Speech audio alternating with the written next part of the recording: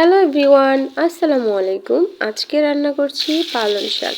প্রথমে পেঁয়াজটা তেলে বেরেস্তা করে নিয়ে তারপর চিংড়ি মাছ দিয়ে একটু ভাজা ভাজা করে নিলাম। লবণ, হলুদ, মরিচ, একটু আদা বাটা দিয়ে ভালোভাবে একটু কষিয়ে নিলাম মাছটা প্রথমে। এই তো মাছটা আমার সুন্দরভাবে কষানো হয়ে গেছে। এখন আমি ধুয়ে রাখা পালং শাকগুলো এক একে দিয়ে দিলাম সবটা। দিয়ে তারপরে এটাকে সুন্দরভাবে সিদ্ধ করে নাড়াচাড়া করে নেব।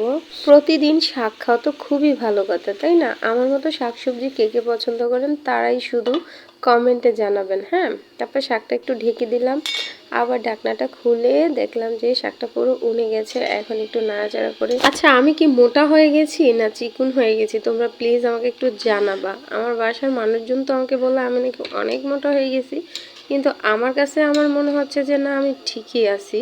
তারপরেও জানি না, তোমরা প্লিজ আমাকে জানাবা। তো এই তো আমার শাক রান্না করা কমপ্লিট হয়ে গেছে। শাকটা অনেক মজা ছিল। আল্লাহ হাফেজ।